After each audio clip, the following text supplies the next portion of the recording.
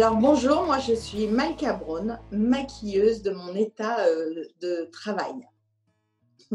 Bonjour Malka, en tout cas je suis très très heureuse de te recevoir dans l'art des confinés aujourd'hui.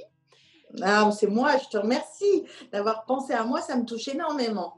Écoute, je ne pouvais faire que penser à toi parce qu'en fait tu as été tellement active ces derniers temps sur les réseaux sociaux que je me suis dit tiens Malka serait l'invitée, voilà, la super bonne joueuse parce qu'en plus tu es drôle, ouverte et je sais qu'avec toi on s'ennuie pas donc c'est Ah, parfait. t'es mignonne. Mais rassure-moi, j'espère que j'ai pas saoulé quand même. Non, pas du tout. Non, c'était génial. Alors, on est ici pour parler d'art dans sa globalité. Aujourd'hui, avec toi, on va parler de maquillage, de mise en beauté, de prendre soin de soi. Explique-moi comment tu es arrivée à pratiquer ce métier. Est-ce que c'était un rêve de petite fille à la base ou pas du tout?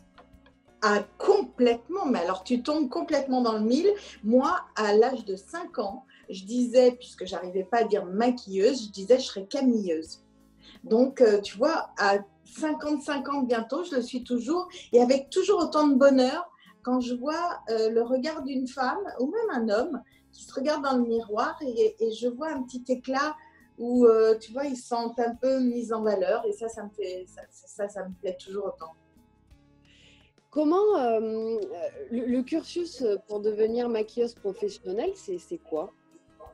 Alors, écoute, mon cursus, c'est peut-être pas le même que ce. Enfin, si, ça doit être le même que les jeunes d'aujourd'hui. Moi, j'avais des parents qui étaient dans l'esthétique. Enfin, mon père avait été médecin généraliste et après, il avait été docteur conseil en cosmétologie. Donc, ma mère, elle, a commencé ses études d'esthétique et a fait un petit cabinet d'esthétique dans le cabinet médical de mon père. Et puis après, ils ont voulu plus grand. Ils avaient créé une marque tous les deux. Donc, ma mère n'était pas du tout dans le maquillage parce qu'on peut se dire, ah bah oui, c'est parce que sa mère était dans l'esthétique qu'elle a voulu faire ça. Absolument pas. C'était vraiment une complémentarité avec ma mère. Euh, donc, elle était dans le soin et moi, j'étais après le soin. Et donc, comme j'ai arrêté mes études, pas au bac, mais avant le bac, j'ai quand même fait esthétique maquillage, au cas où, pour si le maquillage n'avait pas marché, j'aurais pu faire de l'esthétique. Ce que j'ai fait un petit peu avec mon père, ça m'a permis à 18 ans de partir avec lui au Japon, à Hong Kong, à Singapour, parce qu'il était médecin conseil pour des marques là-bas. Et donc, j'ai fait une école d'esthétique maquillage. Après, j'ai fait une école de maquillage qui était très connue, mais on était très, très nombreux parce qu'il y avait peu d'écoles à l'époque. Et quand le professeur, un jour, est venu me voir et elle m'a dit, bon, bah alors, là, Malka, il faut que tu rectifies ça et ça et ça. Et puis, bah, tu le fais pour toi parce que j'ai pas le temps de passer. Et un peu rebelle comme j'étais, bah, j'ai dit, bah, moi, j'ai pas le temps de revenir. Donc, j'ai fait un mois au lieu d'un an. Et puis finalement, je crois que tu apprends en regardant. Et j'ai toujours regardé beaucoup, observé. Euh, j'ai eu la grande chance, parce que ma mère après a dirigé l'Institut Lancôme, de, de, de, de pouvoir observer mon maître qui était Thibaut Vabre. Et Thibaut Vabre, il faisait beaucoup les femmes du L. Et il faisait, tu vois, Catherine Deneuve, Isabelle Adjani, Fanny Ardant, tu vois, toutes ces belles femmes. Il les rendait belles. Et voilà. Donc, ça a été mon maître pendant un mois parce que finalement, je commençais à travailler pour des chanteurs, déjà, tu vois.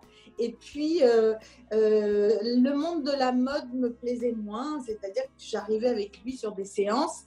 Comme je n'étais qu'une petite assistante et toute jeune, eh ben, j'étais transparente. Et ça, je n'ai pas été éduquée comme ça. Non pas que j'ai un ego surdimensionné, je ne crois pas en tout cas.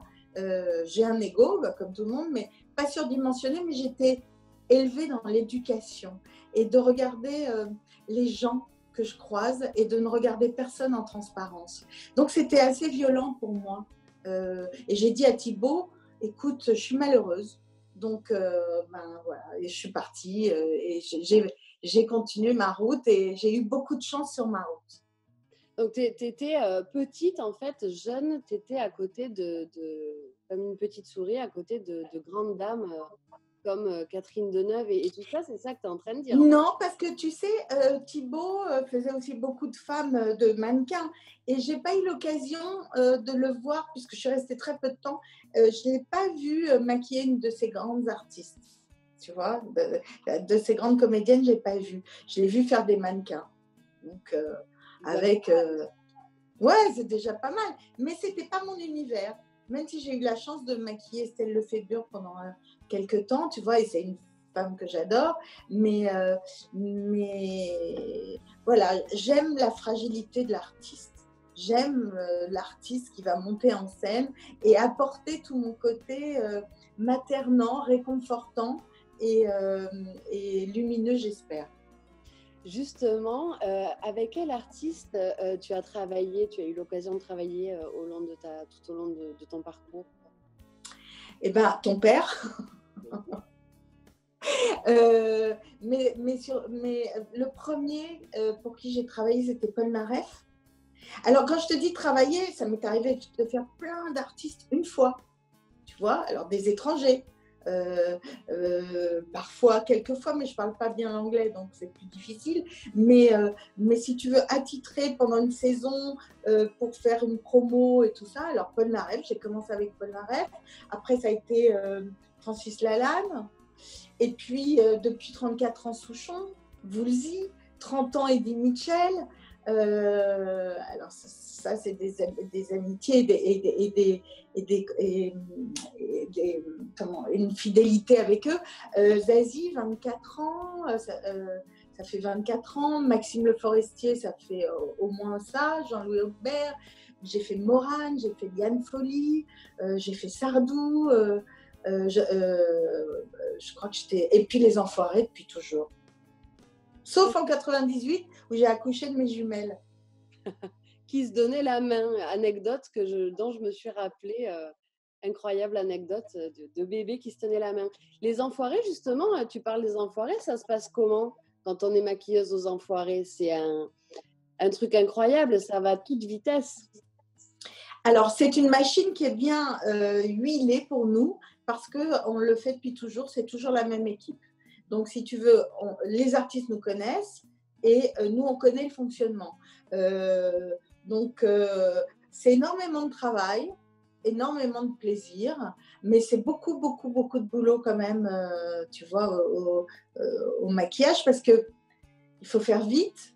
Et puis tu peux avoir énormément de gens à maquiller. Moi, il m'est arrivé de faire 7 femmes sur les enfants. Alors, si tu comptes 40 minutes par fille, tu vois, ça fait. J'enchaînais, je voyais pas le bout. Et après, pendant tout le spectacle, parfois, il y a eu des spectacles qui duraient 5 heures, au moins 5 heures. Donc, il faut faire les raccords, tu vois. Donc, mais c'est tellement de plaisir de retrouver tout le monde. C'est une famille. C'est vraiment la famille qui se retrouve, tu vois. Et nous, dans la loge maquillage, c'est vraiment,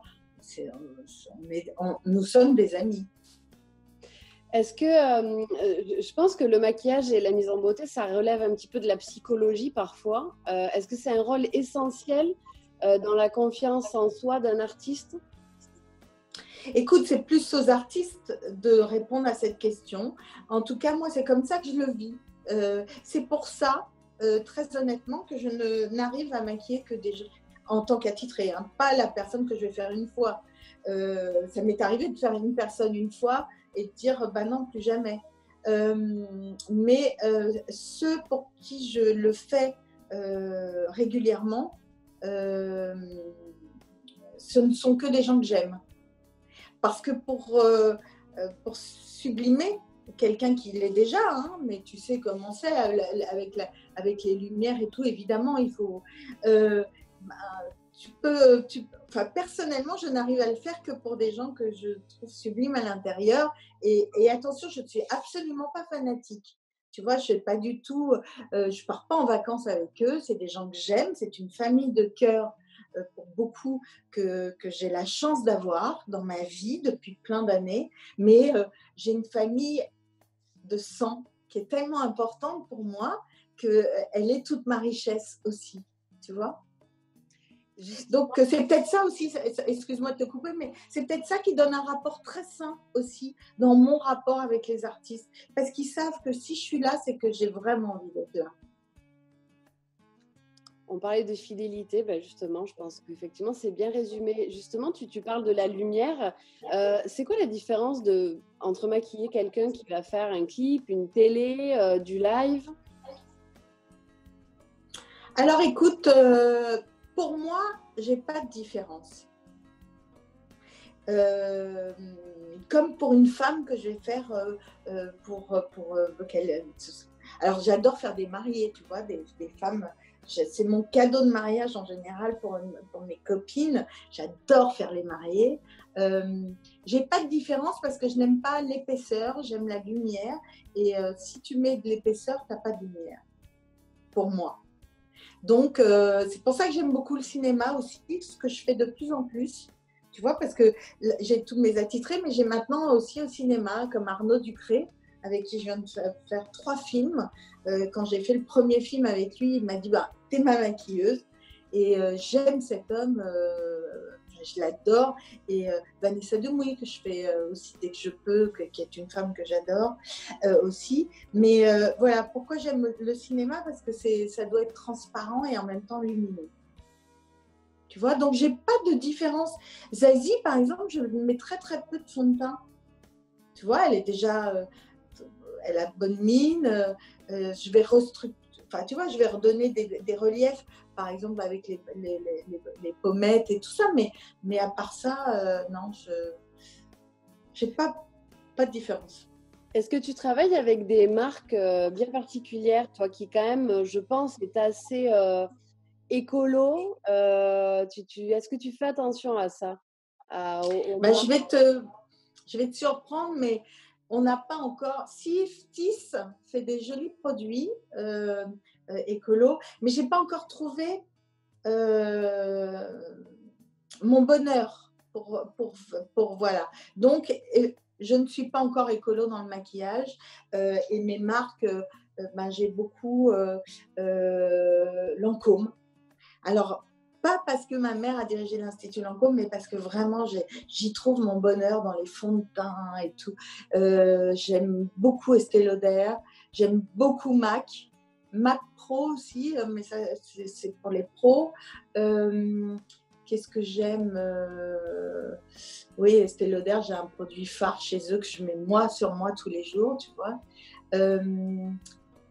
Ouais, Lancôme, ça c'est... Qu'est-ce que j'ai? Alors, il y avait sur les Enfoirés cette année, la coiffeuse m'a amené, une des coiffeuses m'a amené, elle travaille avec une fille qui travaille dans le maquillage, des produits de maquillage italiens. Et alors, comme je ne retiens jamais les noms, ça a l'air génial. Je ne connais pas tout, mais les mascaras, tu sais que je suis un peu hystérique du mascara, puisqu'on m'appelle Malcara, enfin Zazie m'appelle Malcara. Morane m'appelait Malcascara parce que je maquillais aussi Morane et je suis vraiment une hystérique du mascara. Donc j'ai le mascara de L'Oréal, j'ai aussi Lancil Bronza dans les mascaras. Il y a si on fait des allergies, il y a le La Roche-Posay qui est très très bien. Donc voilà, si tu me voyais arriver, je crois que sur ma table de maquillage, il y a peut-être 10 mascaras. On vient de vivre une période exceptionnelle qui a été le confinement, qu'on a tous vécu malheureusement ou heureusement finalement. Ça n'a pas fait de différence entre les uns et les autres. Comment tu as gardé l'esprit actif? Je sais que tu as fait des lives. Écoute, j'ai eu très très vite m'est venue l'idée comme ça de présenter des femmes qui je pressentais, parce que par exemple, le maquillage, c'est très difficile pour moi de donner des conseils. Je ne peux pas faire des tutos parce que je suis instinctive dans le maquillage. Et comme le confinement, je t'avouerai, m'a fait du bien et parce que ça faisait des années que je n'avais pas eu de vacances et que ça m'a permis de me poser. Et comme je ne pouvais pas mettre les femmes en lumière, ou même les hommes, je me suis dit, tiens, je vais mettre en lumière des femmes qui peuvent peut-être aider d'autres personnes pendant ce confinement. Donc, j'ai pensé tout de suite à mon amie Virginie Paré, qui est nutritionniste, qui est une femme extraordinaire, et à Muriel Ciron, qui est astrologue aussi. Ça a été une rencontre pour moi, et qui avait créé un coffret parce qu'elle avait vu dans ses astres qu'il y aurait une période assez compliquée, et elle avait fait un coffret pour donner des clés, pour ouvrir des portes, pour embellir sa vie, comme elle dit, et s'alléger de, tu vois, c'était une façon de se faire du bien. Et j'avoue que j'ai pris son coffret et je trouvais ça tellement génial. Et je me suis dit, il faut que je partage ça avec les gens. Parce que tu sais que je ne sais pas garder les clés, comme les clés du bonheur, du bien vivre ensemble que mon père nous a donné dans sa vie. Et c'est pour ça que je vais dans les écoles témoigner. Mais je me suis dit, là, je vais présenter ces deux femmes déjà aux gens. Et puis, finalement, les gens ont aimé de plus en plus. Et puis, je me suis dit, mais il y a plein de femmes extraordinaires que j'ai autour de moi. Et j'en ai fait plein. Et j'ai fait au moins plus de 34. Et ce soir, d'ailleurs, je vais en faire un avec une femme qui fait une tombola. Et je me suis dit, je l'ai eu au téléphone. Je lui ai dit, ce soir, 21h, ok, ce soir, 21h. Et les retours que j'ai, les gens qui me disent merci pour ces moments, ces rendez-vous de 15 heures tous les jours, je suis hyper contente. J'en ai fait avec Carole. Oui, mais Carole, tu sais, j'en ai fait un que tu as interviewé. Et pour raconter son parcours, c'était des parcours de vie, des parcours. Alors jusque-là, ça a toujours été des parcours de femmes. Mais je ne dis pas qu'un jour, je ne ferai pas avec des parcours d'hommes. C'est en tout cas, bravo, c'est parce que c'était très intéressant. Justement, on parle de rencontres, de la culture, l'art. On sait qu'en ce moment, justement, la culture et l'intermittence traversent un moment extrêmement compliqué dû à toute cette crise économique, malheureusement due au Covid-19. Comment tu reprends ton travail, toi? Est-ce que tu es dans l'intermittence? Est-ce que tu évolues de toute façon dans un milieu d'intermittent? Quel est ton ressenti? Alors, moi, je vis effectivement, je suis intermittente. Je n'ai pas eu d'intermittence puisque tu sais maintenant les dossiers, mon dossier commence en juillet. Je n'avais pas pu, puisqu'on doit des jours à l'intermittence. Donc, moi, je devais 80 jours. Et comme on a des plafonds et le plafond ne nous permet pas, si tous les mois je dépasse le plafond, je ne suis évidemment pas indemnisée, ce qui est complètement normal, mais je ne peux pas payer mes jours. Donc, je les ai payés pendant le confinement. Donc, je n'ai pas été indemnisée pendant le confinement, ce qui était un petit peu dur, je trouve, parce que effectivement, tu vois, j'ai encore des enfants, elles sont grandes, mais à charge quand même. Et je me dis, on cotise et finalement, les moments où on en a besoin, on n'a pas. Donc voilà, je trouve ça pas très très logique. Mais je suis chanceuse.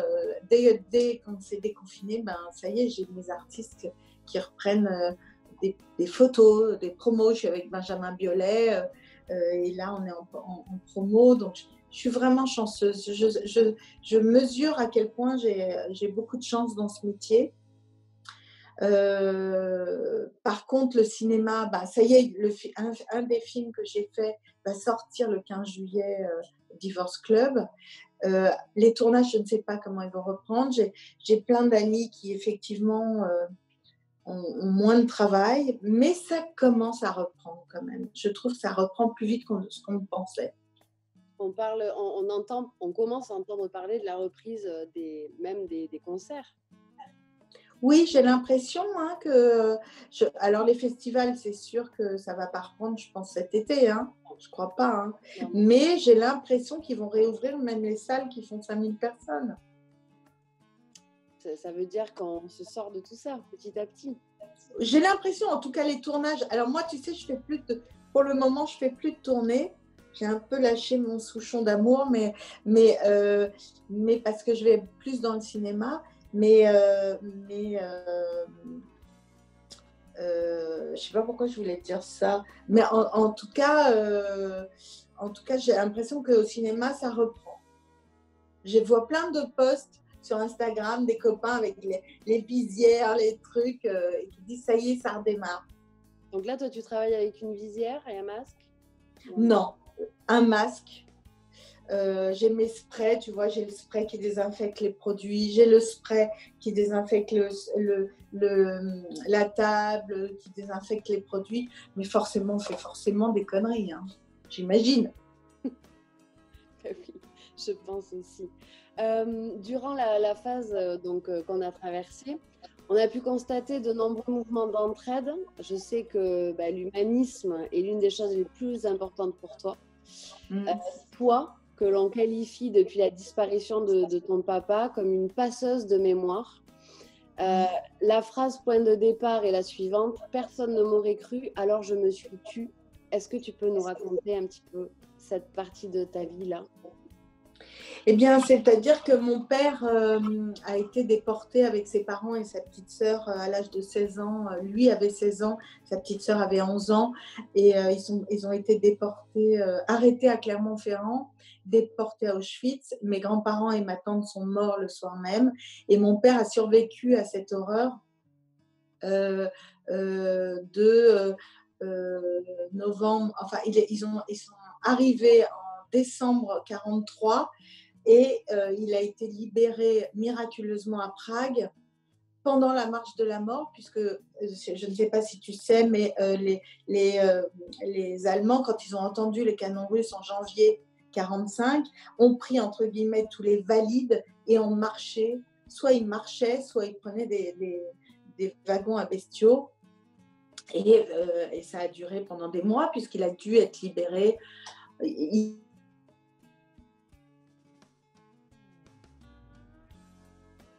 Ça a l'air d'avoir coupé. Ah, ouais. T'es toujours là. Hein.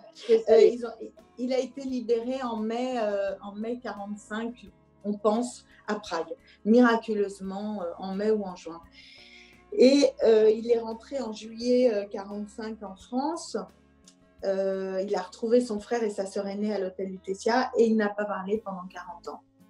De ce qu'il avait vécu. Je pense que d'abord, il n'y a pas de mots. Je pense que le retour en France a été difficile. Certainement qu'il y avait une certaine part de culpabilité pour certains. Lui avait honte, à tel point qu'il avait des chemises à manches longues pour pas qu'on voit son numéro de déporté. Je porte les prénoms de ma grand-mère et de ma tante, Malika et Monique, qui sont mortes le soir en arrivant. Mon grand-père aussi. Gazé en arrivant. Et malgré tout, c'était un homme qui a été libéré à presque 18 ans. Il allait avoir 18 ans un mois après, quand il est rentré. Il était de août. Et c'est un homme qui était déjà dans l'humanité, dans le pardon. Il était déjà dans la résilience.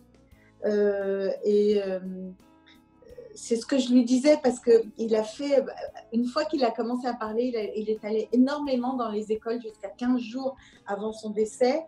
Il a écrit un livre qui s'appelle « Personne ne m'aurait cru, alors je me suis tue ». On a fait un documentaire qui s'appelle « Les enfants de Sam » qui est sur YouTube maintenant. Il y a au moins il y a peut-être 17 ans, tu vois.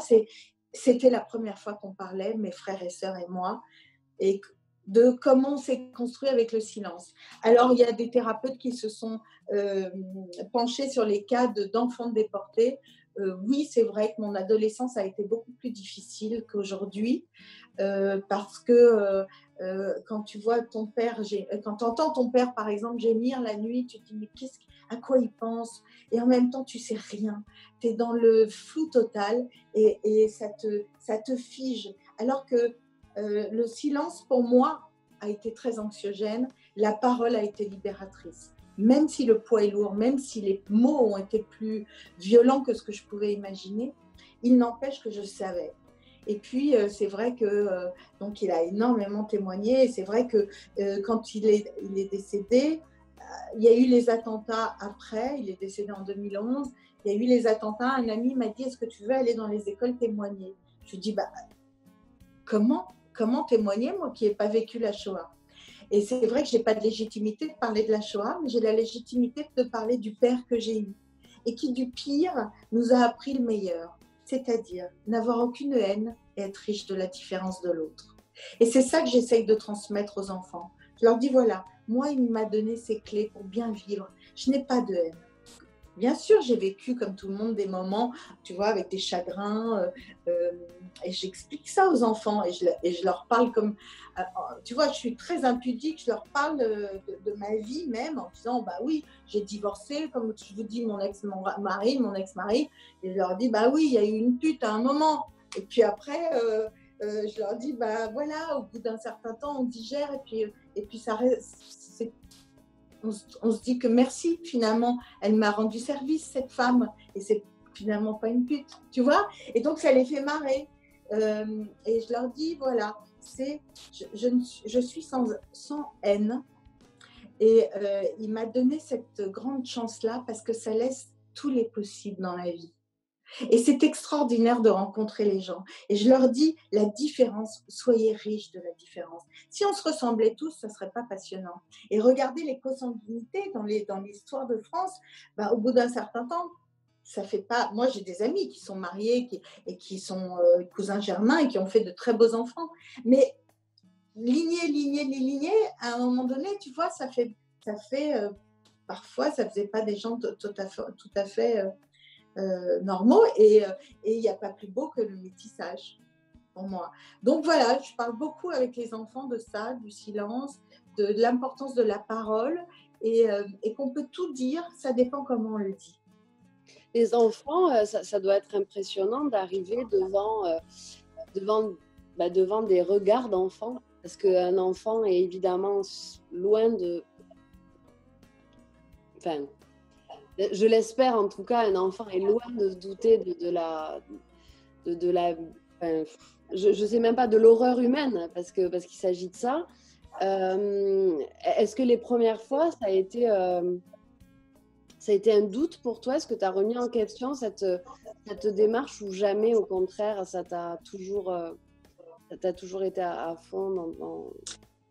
Tu sais, j'ai dit à l'enterrement de mon père, j'ai dit, je parlerai de toi jusqu'à mon dernier souffle. Parce qu'il disait, quand on meurt le jour où on ne parle plus de nous. Et quand on a eu la chance d'avoir un homme comme lui, et attention, je pense que j'ai réglé mon Oedipe, mais c'était un homme d'une humanité rare.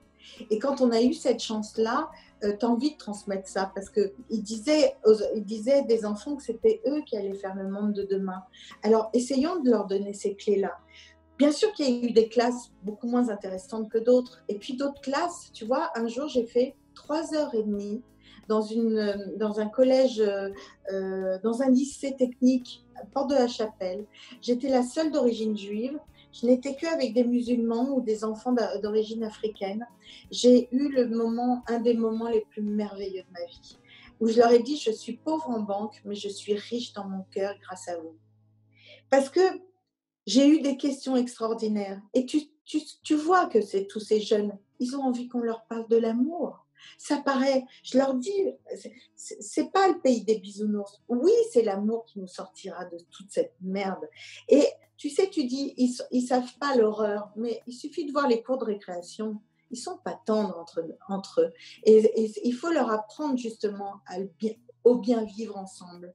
Et oui, bien sûr, ils connaissent pas cette horreur, mais tu sais, quand ils sont harcelés et qu'il y en a qui se suicident, je pense que oui, ils sont pas si protégés que ça, les enfants.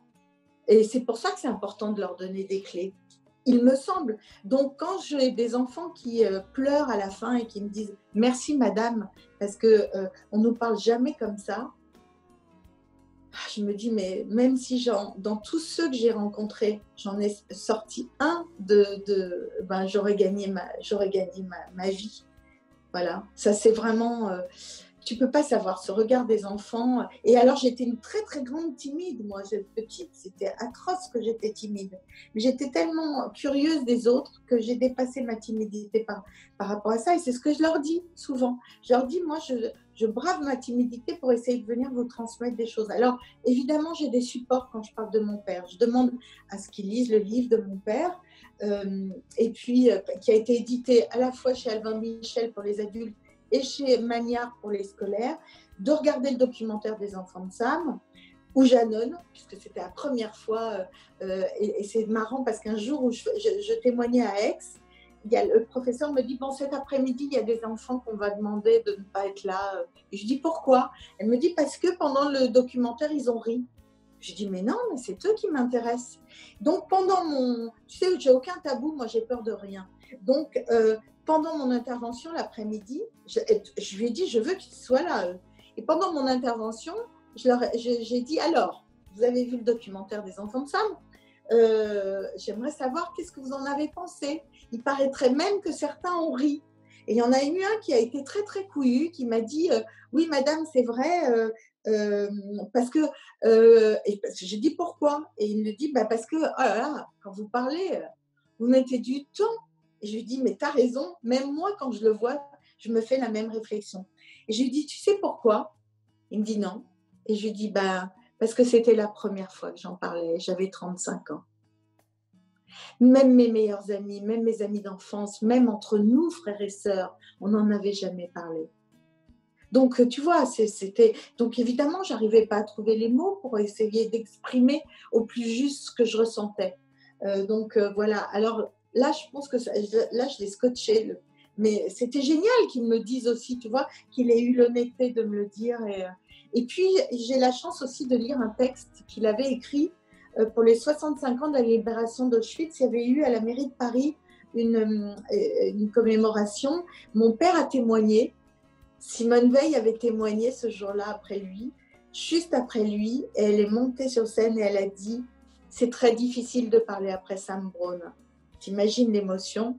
Et à la fin de cette commémoration, un comédien a lu un texte qui s'appelle « Le testament philosophique des rescapés d'Auschwitz », qui est un texte, pour moi, tout y est dit sur l'humanité, à la fois sur l'horreur de l'humanité, mais sur l'espoir qu'on peut avoir en l'humanité. Et ça, c'est mon père qui a écrit ce texte.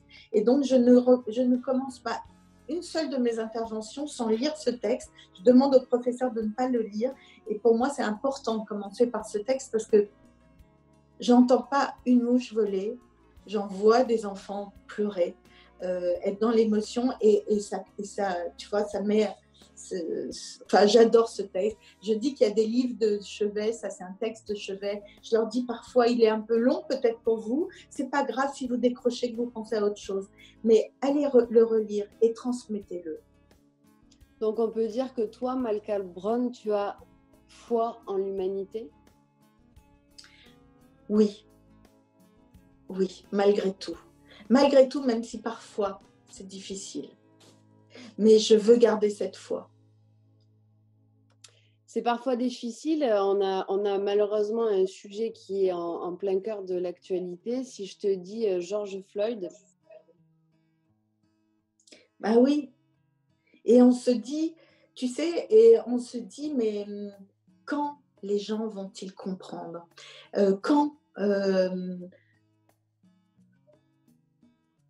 J'ai peur, moi, avec tous ces... Il y a beaucoup de choses qui me font un peu peur. C'est vrai qu'on voit des présidents qui en sont élus et qui ne sont pas vraiment des êtres d'humanité. Et ça fait peur. C'est vrai que cette société de consommation, cette société où l'humain a pas autant sa place qu'elle devrait avoir, prioritaire, tu vois, ça fait peur. C'est vrai que le confinement, j'ai cette vie mondiale arrêtée, cette nature qui a repris son pouvoir, ça a fait du bien. C'est vrai qu'aujourd'hui, le déconfinement, tu vois que le quotidien a vite repris son chemin. Donc oui, c'est difficile, mais je vois aussi que je suis entourée de gens très humains et que donc ça existe. Est-ce que pendant le confinement, justement, tu dis que les gens reprennent leurs habitudes. Est-ce que toi, ça t'a changé ces 55 jours-là? Est-ce que tu as pris des habitudes différentes que tu te dois de garder maintenant?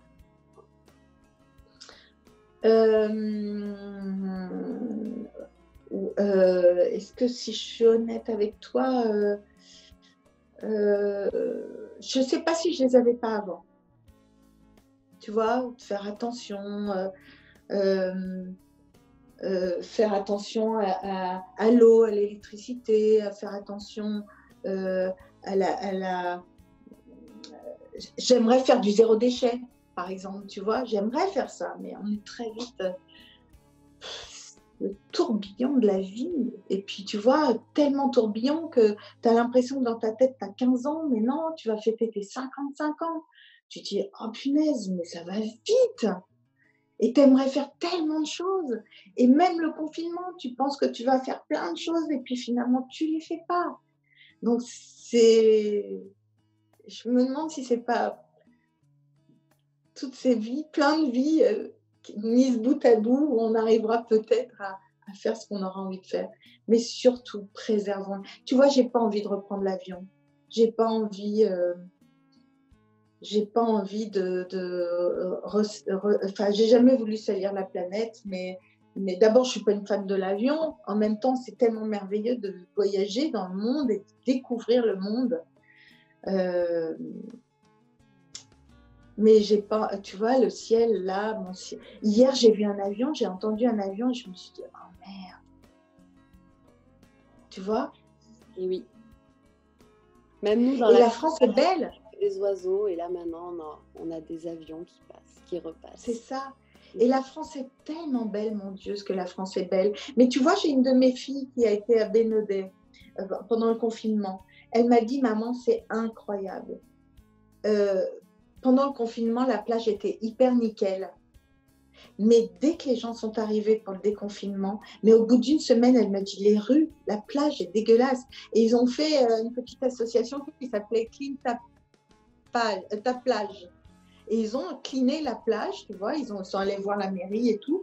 Mais au bout de 10 jours de déconfinement, ils ont fait des sacs entiers, mais jusqu'à retrouver des seringues.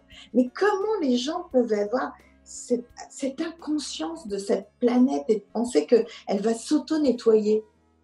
Je sais pas, mais tu sais, c'est comme dans un appartement. Avoir un appartement clean aussi, ça fait une tête clean. C'est ce que je dis toujours à mes filles.